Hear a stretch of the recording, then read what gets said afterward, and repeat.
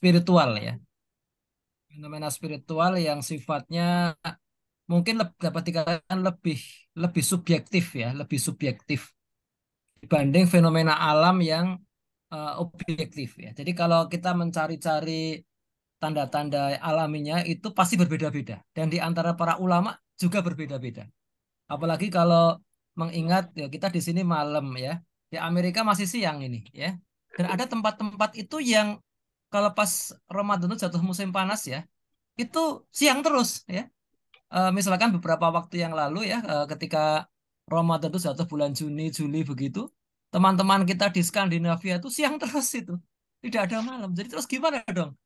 Lailatul Qadarnya di mana ini? Jadi, nah ini kan hal-hal yang menunjukkan bahwa oh ya kalau begitu memang berarti sifat-sifat yang sifat apa yang rasional yang sains apa sifat yang saintifik ini sebenarnya nggak tepat diterapkan pada Lailatul Qadar. Itu lebih fenomena yang sifatnya eh, individual ya, subjektif, spiritual tergantung kita ini sudah pantas belum ingin diberi tipping point itu ya. Jadi eh, barang siapa mendekat kepada Allah, Allah pasti mendekat kepadanya. Barang siapa mendekati satu hasta, Allah mendekati satu depa, ya kan? Barang siapa mendekati Allah dengan berjalan, Allah mendekatinya dengan berlari, ya. Dan itu saya kira tergantung seberapa kuat upaya seseorang untuk mendekat kepada Allah, ya. Mungkin dia di malam dia dapat tipping point itu dia tidak itikaf di masjid. Mungkin dia seorang penyidik KPK yang sedang membongkar kasus korupsi, mungkin dia seorang satpam yang sedang menggagalkan tindak kejahatan di kompleknya, mungkin dia seorang dokter yang sedang menyelamatkan pasien. Semua itu tipping point dan Allah Maha menghendaki siapa yang akan diberi, siapa yang pantas diberi tipping point saya kira. Demikian mudah-mudahan bermanfaat. Assalamualaikum warahmatullahi wabarakatuh. Waalaikumsalam, luar biasa. Ya, sangat inspiratif. Selanjutnya saya mohon Prof. Imam Suprayogo untuk memantapkan lagi. Silakan Prof. Imam. Assalamualaikum warahmatullahi wabarakatuh. Waalaikumsalam Alhamdulillah, warahmatullahi wabarakatuh. alhamdulillahirobbilalamin. Wassalatu wassalamu ala asyrofil anbiya'i wal mursalin. Sayyidina wa maulana Muhammadin wa ala alihi wa sahbihi ajmain. Amma ba'du, Gus Wahid yang dihormati para senior, para peserta halakoh yang berbahagia. Saya ikut berpendapat ya, sepakat bahwa seperti yang dikatakan oleh Gus Wahid dan juga oleh Pak Fahmi tadi, bahwa peristiwa ini lebih banyak pada wilayah-wilayah ruhani, spiritual. Dan memang saya rasakan agama itu wilayahnya memang wilayah spiritual, wilayah ruhaniah ini. Maka lalu sifatnya memang subjektif, pengalaman-pengalaman pribadi gitu. Saya kira begitu. Nah, soal Lailatul Qadar ini setiap tahun, seumur saya, sekarang umur saya itu sudah 73. Ketika saya sudah masuk SD, itu saya sudah ikut perbincangan pengajian-pengajian yang terkait dengan Lailatul Qadar ini yang antara satu kiai, satu ustadz dengan ustadz yang lain, kiai lain juga berbeda-beda. Kenapa? Karena memang ini sesuatu yang sulit itu untuk ditangkap secara sama itu karena memang berada pada wilayah ruhaniah ini. Tapi dari sekian banyak yang saya ikuti, saya pernah mendapatkan penjelasan yang agak berbeda. Ialah bahwa pada malam hari itu malaikat turun bersama para nabi dan rasul yang jumlahnya 124.313, nabinya 124.000, rasulnya 313, yang dikisahkan di dalam Al-Quran itu ada 25 orang.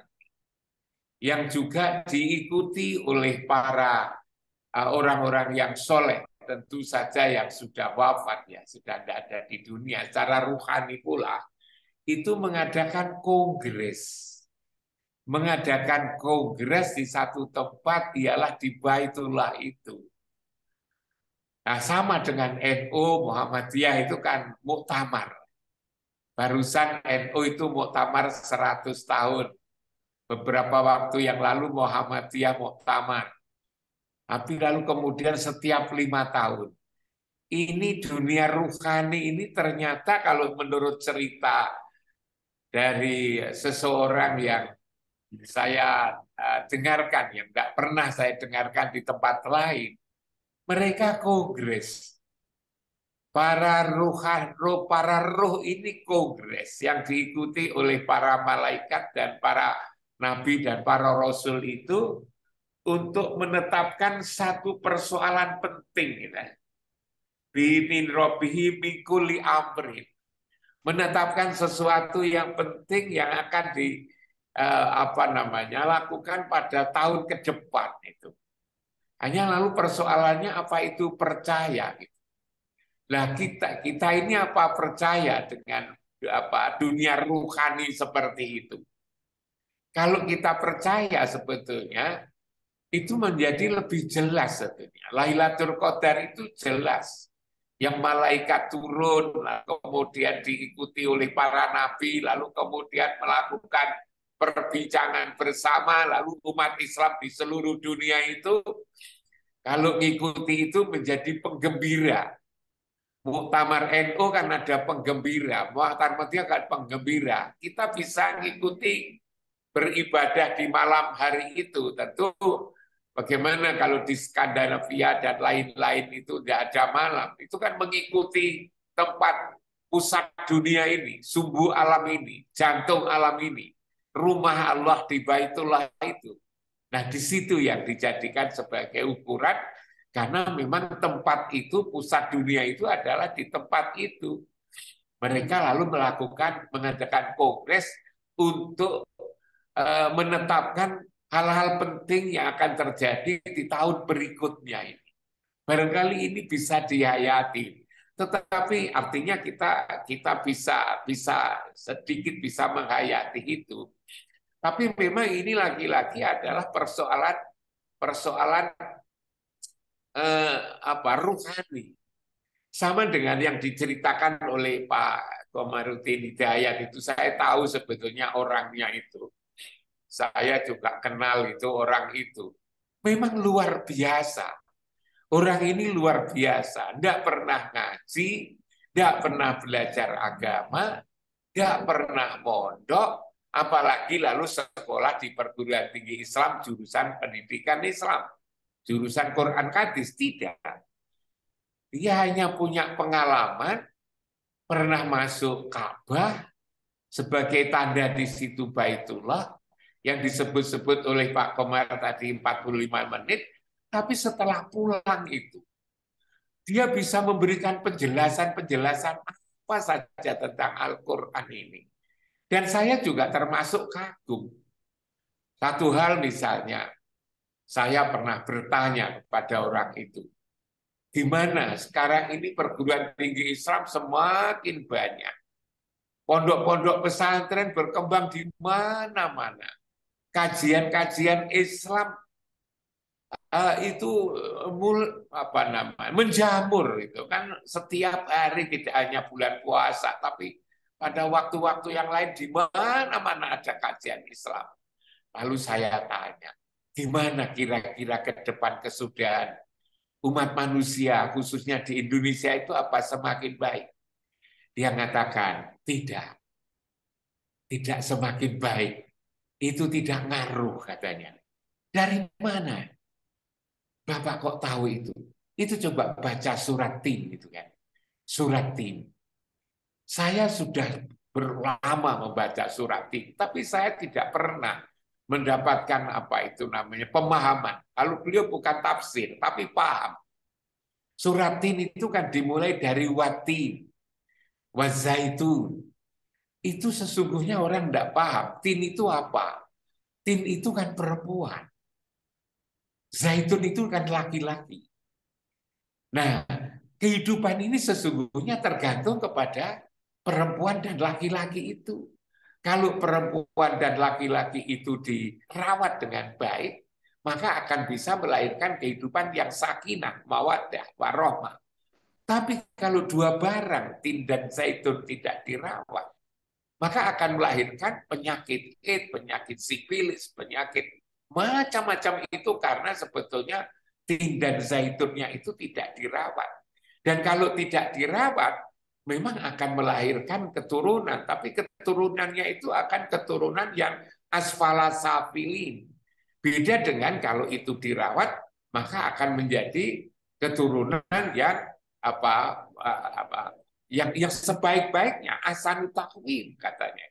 Merawat dua barang itu bukan perkara gampang. Merawat dua barang itu adalah yang mampu adalah orang-orang yang na'amanu wa amilus sholihat.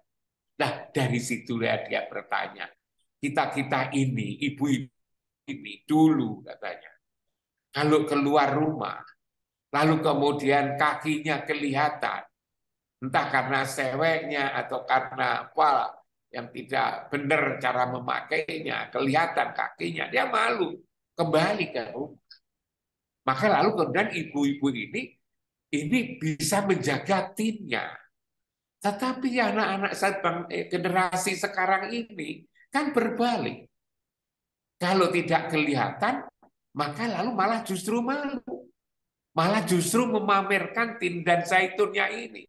Bagaimana generasi yang dilahirkan oleh orang yang tidak mau merawat tin dan zaitunnya itu, walaupun ada pondok pesantren, walaupun ada kajian-kajian Islam, perguruan tinggi Islam ada di mana-mana, itu tidak ngaruh. Karena apa? Karena bibitnya. Nah, orang yang bisa jelaskan di antara seperti ini, bukan tafsir, tapi paham. Dari mana Bapak tahu? Tahu ketika saya berada di dalam Ka'bah. Nah, kalau orang itu pernah sekolah, mondok, ngaji, itu saya kira itu bisa disebut memang kemampuan. Tapi kalau orang ini sama sekali tidak pernah ngaji, rasa-rasanya kok benar itu yang diperoleh dari pertemuan. Dan dia juga ketika dakwah siapapun didatangi. Bahkan dia juga pergi ke Vatikan coba 2 kali untuk menjelaskan kepada Paus. Siapa di Indonesia itu yang berani menjelaskan agama ke Paus itu sampai 2 kali gitu kan. Ini kan hal seperti ini. Hanya kalau di Indonesia, di masyarakat kita ini kalau agak berbeda sedikit dibilang sesat gitu kan. Bahkan lalu dilaporkan polisi. Lalu kemudian ditangkap. Akhirnya kita selamanya ya tergantung kayak begini ini. Kalau saya sadar bahwa saya ini seumur-umur mimpin perguruan tinggi Islam untuk menjadikan mahasiswa saya ngerti Quran ajalah. Yang kira-kira 1/10-nya dia. Susahnya bukan main. Saya pernah memimpin UIN itu 16 tahun. Pernah juga memimpin Universitas Muhammadiyah Malang itu 20 tahun. Pernah ikut lalu menjadi pembina di perguruan tinggi milik Nahdlatul Ulama itu kan. Ini sudah belasan tahun Gus Wakid. Dan saya juga di Pondok Tebu Ireng Jombang. Saya belum pernah ya bisa menghasilkan, belum merasakan bisa mampu menghasilkan lulusan yang tatkala menjelaskan Quran itu jelas. Sekian banyak tidak jelas. Lah ini ada orang yang tanpa belajar hanya lalu kemudian berkesempatan masuk di Ka'bah itu, di Baitullah, merasa ketemu Rasulullah, sepulangnya itu menjelaskan apa saja tentang Quran. Bahwa persoalan ini, ayat ini ada. Padahal dia dikatakan Pak Komar tadi, membaca saja tidak fasih, tapi bisa paham. Lebih saya kagum lagi itu, kalau menjelaskan kemana-mana itu dia tidak mau diberi amplop. Tidak benar diberi amplop, ya sama dengan Gus Wakid ini. Menjelaskan setiap minggu tidak mau dikasih amplop. Siapa yang kasih amplop Gus Wakid? Seperti ini. Seperti ini. Lalu kenapa saya tanya, kalau tidak mau? Coba surat Yasin. surat Yasin. Ittabi'u ma la yas'alukum ajron. Ikutilah orang-orang yang tidak berharap mendapatkan upah. Wahum muhtadun. Mereka itulah yang dapatkan petunjuk. Artinya apa di surat Yasin itu? Surat Yasin itu mengatakan agama itu jangan dipakai untuk nyari kehidupan yang sifatnya ekonomi. Dia tidak mau kalau dikasih diberi itu apalagi ditanggung sendiri dengan mendasarkan bahwa ittabi'u ma la yas'alukum ajran, ikutilah orang-orang yang tidak berharap upah. Dia tidak mau, gara-gara takut dia bilang itu kan. Nah, bahkan lalu kemudian saya ketika kagum lagi Gus Wahid di surat Yasin ayat 80 ya, surat Yasin 80. Di situ itu dijelaskan ada pohon hijau. Ada pohon hijau yang masih tumbuh, tapi kalau kena api bisa nyala. Itu di surat Yasin ayat 80. Dia tahu. Lucunya lagi bahwa pohon hijau yang di surat Yasin itu, yang bisa nyala itu, di dunia ini hanya ada di Jambi. Hanya ada di Jambi. Di dunia ini hanya ada di Jambi. Di lain tidak ada. Saya penasaran, Gus Wahid. Saya pernah ke gunung itu. Gunung Kerinci itu. Memang benar ada pohon yang masih hidup, yang kalau kena api dia nyala dengan sendirinya. Persis seperti yang diterangkan di surat Yasin 80 itu. Dan itu juga dikutip.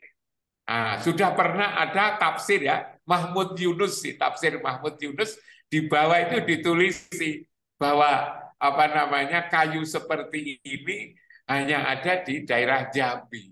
Nah, agama itu memang ruhani kayak begini, seperti yang dikatakan oleh Gus Wahid itu, yang sulit untuk dibuktikan. Tapi sayang sekali kalau ada pandangan seperti ini yang aneh, padahal benar kalau menurut saya. Hati saya mengatakan itu memang lebih masuk akal kalau saya dengarkan kajian-kajiannya itu, dan memang beda dengan tafsir-tafsir banyak orang itu, memang beda gitu kan, memang beda dan cepat sekali.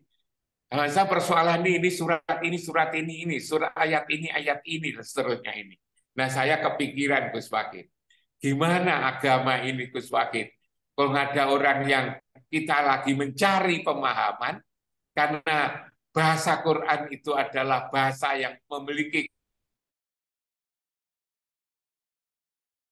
hanya didekati dari grammar, dari qawaid, dari balaghah, tapi ketika ada orang menjelaskan yang berbeda, lalu kemudian dipersoalkan, kadang-kadang lalu kemudian sampai dilaporkan ke MUI, ke polisi, kejaksaan, macam-macam ini. Ini kita kadang-kadang tidak fair, tidak mau mendengarkan. Tapi apa yang dikatakan oleh Gus Wahid bahwa kita harus jangan menggunakan mata kepala, tapi harus menggunakan mata hati. Ini kata kunci, agama itu mata hati.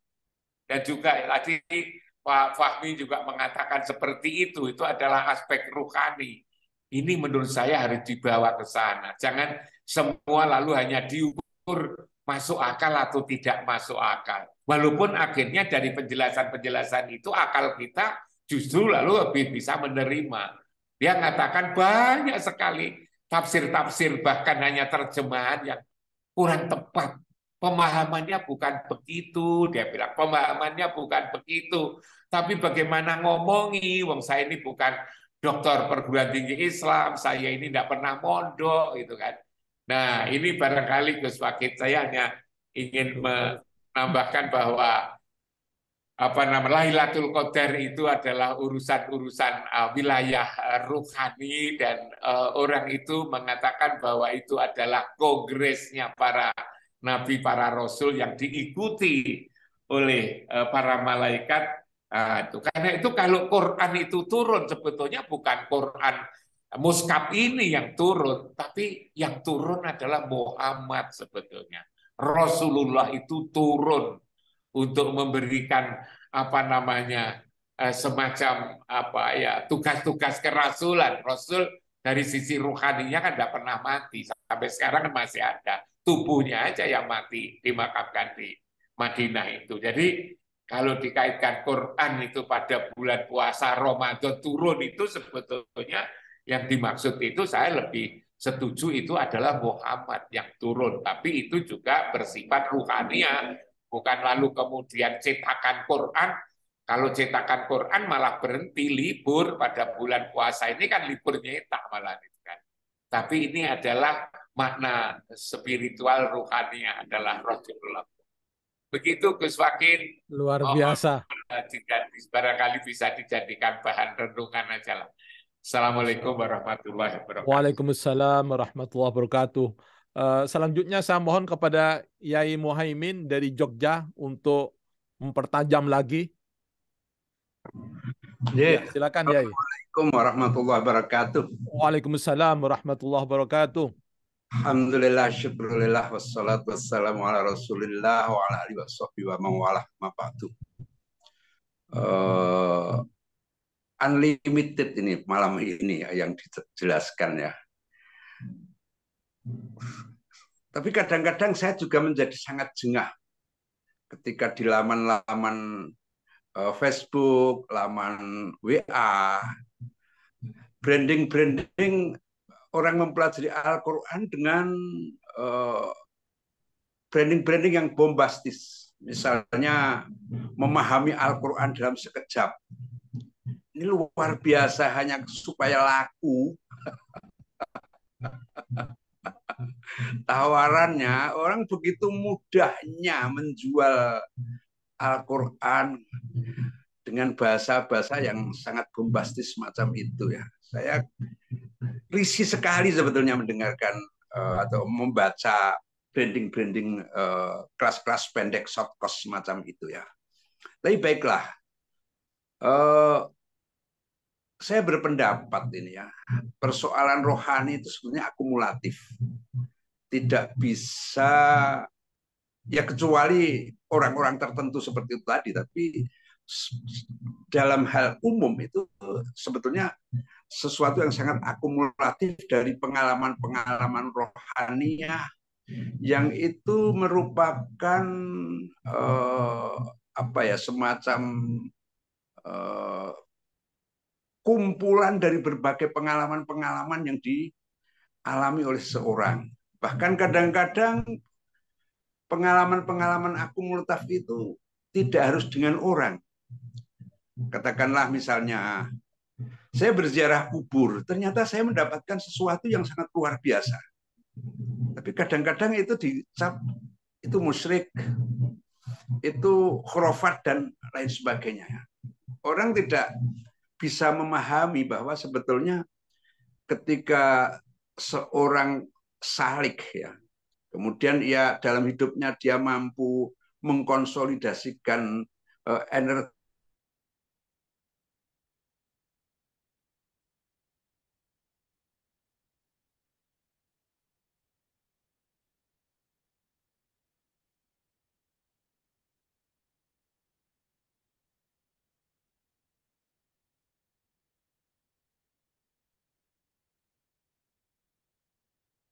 Kok berhenti ya?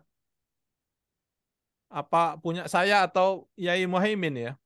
Punya Yai Muhaimin, Oh ya, bukan saya ya. Gus Wakin masih bagus. Oh ya, ini berarti Yai Muhaimin ini yang ya kita coba tunggu beliau sebentar mungkin. Ini malam ini, Masya Allah. Jadi, mungkin sambil lalu memberi Yai Muhaimin. sebelum Halo? Yai Muhaimin. Ya. Oke. Coba Yai Muhaimin. Masuk. Lanjut.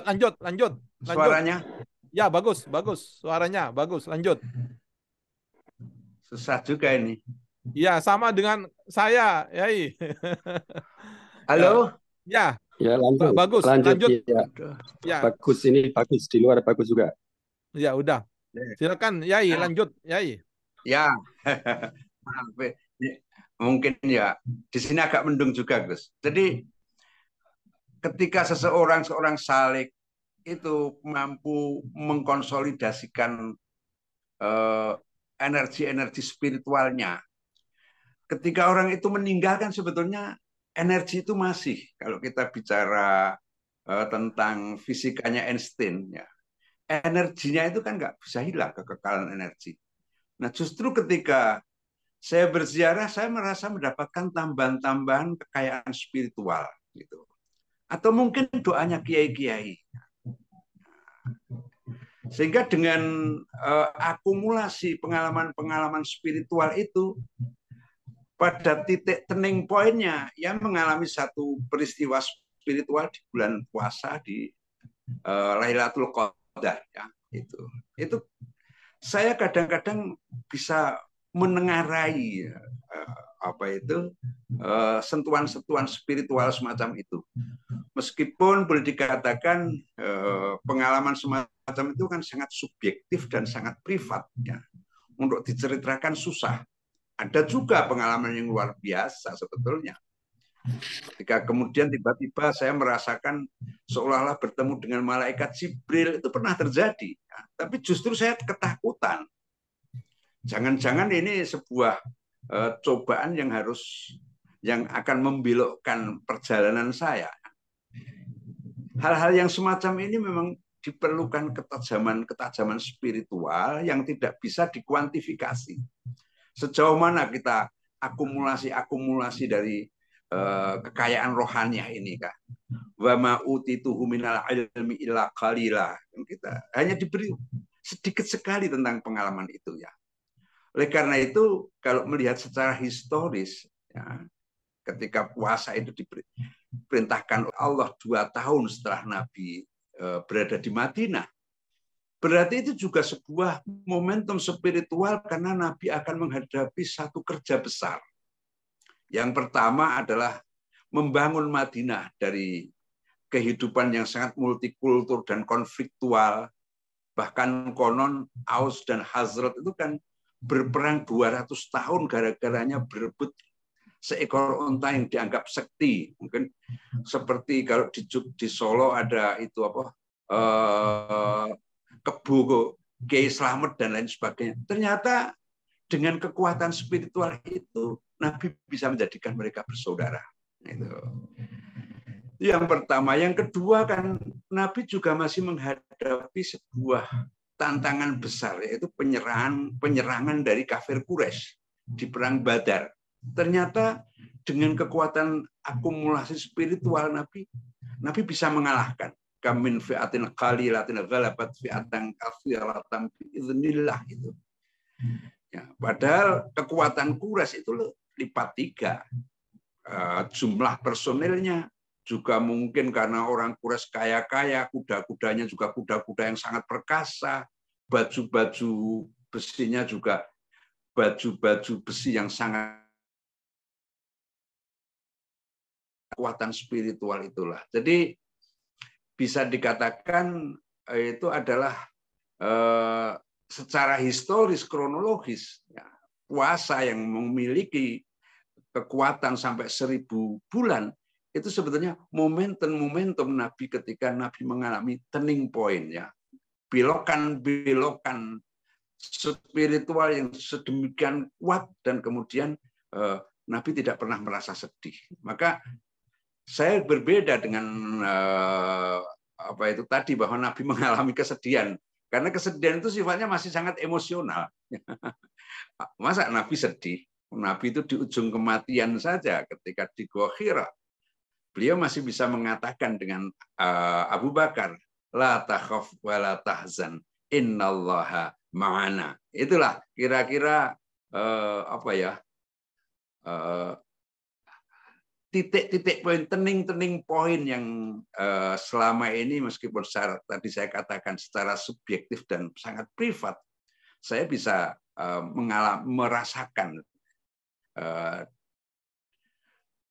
yang perasaan itu juga tidak datang tiba-tiba. Kita bisa menemukan itu kemudian setelah mengalami proses itu, dan proses itu kemudian kita olah sedemikian rupa dengan basiroh, katakanlah kalau saya tidak dikatakan itu kesombongan ya, tapi saya bisa menemukan hal-hal yang semacam itu. Apalagi kalau dilihat dari basis-basis akademik saya, SR dulu, setelah SR lalu di pesantren selama 7 tahun nggak pernah nulis Latin karena pesantren masih kuno, masih pakai teklek dan sarungan.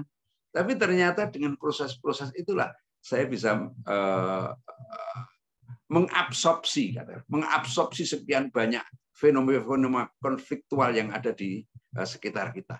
Saya rasa itu saja pendapat pribadi saya yang mungkin juga bisa menjadi pertimbangan-pertimbangan agar kita tidak gegabah dalam memaknai Al-Quran seperti yang terjadi dalam berbagai tawaran-tawaran short course yang ada dalam kehidupan pembelajaran terhadap Al-Quran. Terima kasih Gus Wahid dan semua para senior. Semoga ini bagian juga dari sumbangan pemikiran saya. Assalamualaikum warahmatullahi wabarakatuh. Waalaikumsalam warahmatullahi wabarakatuh. Saya melihat ini ada Prof. Bunyamin Maftuh. Apakah monitor Prof. Bunyamin Maftuh? Prof. Bunyamin mungkin bisa memberikan tambahan pengayaan juga. Bapak Ibu, karena minggu depan ini pas kebetulan Idul Fitri, maka kita libur 2 kali, jadi Idul Fitri dan mungkin nanti Lebarannya. Jadi kita akan mulai lagi, yaitu tanggal 5 Mei. Insya Allah kita berhalakoh tanggal 5 Mei. Jadi tanggal 21 April sama 28 April. Karena banyak yang mudik, nah insya Allah fokus ke Idul Fitri dan mudik. Ya. Jadi insya Allah kita akan mulai lagi tanggal 5 Mei insya Allah. Prof. Bunyamin nggak monitor. Saya melihat di sini juga ada apa ya ini.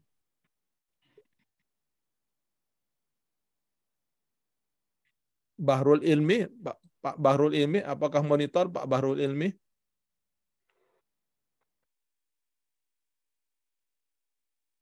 Nah, mungkin karena sudah malam ini, saya mohon kepada Dr. Bahrul Ilmi untuk memimpin doa.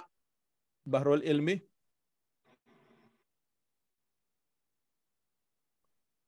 Pak Bahrul Ilmi, apakah monitor?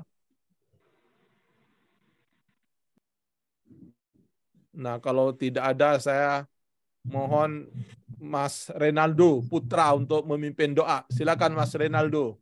Mohon maaf Gus, saya mati lampu di tempat kami. Jadi nggak bisa hidup. Nggak bisa hidup ya? Ya, ya. mohon izin Mas. Iya, nggak apa-apa. Ini biasanya bagian doa ini siapa ya yang ya, saya Mas. Doanya Mas, saya Pak. Lebarannya berbarengan dengan Hari Kartini. Ya. Assalamualaikum warahmatullahi wabarakatuh. Waalaikumsalam warahmatullahi wabarakatuh. A'udzubillahi minasyaitonirrajim. Bismillahirrahmanirrahim. Amin amin ya Allah amin. Rabbil alamin wassalatu wassalamu ala asrofil anbiya'i wal mursalin wa ala alihi wa sahbihi rasulillahi ajma'in. Amin amin. Alhamdulillahi hamdan yuafi ni'amahu wa yukafi mazidah. Ya Rabbana lakal hamdu kama yanbaghi li jalal wajhikal karim wa azimi sultanik. Amin. Allahumma taqabbal minna salatana wa siyamana wa qiyamana wa qira'ana wa ruku'ana wa sujudana wa du'ana wa ibadatina kama taqabbalta amyaika wa likas solihin. Allahumma inna zalamna anfusana zulman katsira wa la yaghfiru dzunuba illa anta. Amin. Min indika warhamna innaka antal ghafurur rahim. Amin. Allahumma inna hadzal baita baituka wal harama haramuka wal amna amnuka wal abda abduka wa bani abduka wa hazza maqamu azbika minan nar faharimhu wa basyarta 'alan nar anta Allah hadzal bait. Rabbana atina fid dunya hasanah wa fil akhirati hasanah wa qina azabannar. Wa sallallahu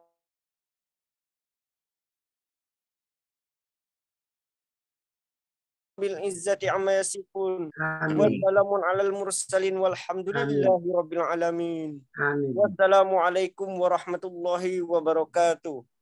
Waalaikumsalam warahmatullahi wabarakatuh. Bapak Ibu, mohon maaf lahir batin.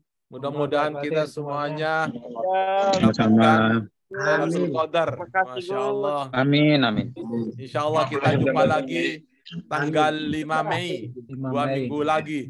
Amin. Selamat Lebaran nanti, insya Allah. Mudah-mudahan semuanya sehat walafiat. Ila liqa Semoga puasa kita semua diterima oleh Terima kasih. Mohon maaf semuanya. Ya, terima kasih Prof. Imam. Terima kasih semuanya. Terima kasih Ya, Yai Muhaimin juga, Komarudin Hidayat dan semuanya yang tidak bisa saya sebutkan satu persatu. Insya Allah silaturahim kita berlanjut sampai tanggal 5 Mei. Amin. Wassalamualaikum warahmatullahi wabarakatuh. Waalaikumsalam. Warahmatullahi wabarakatuh.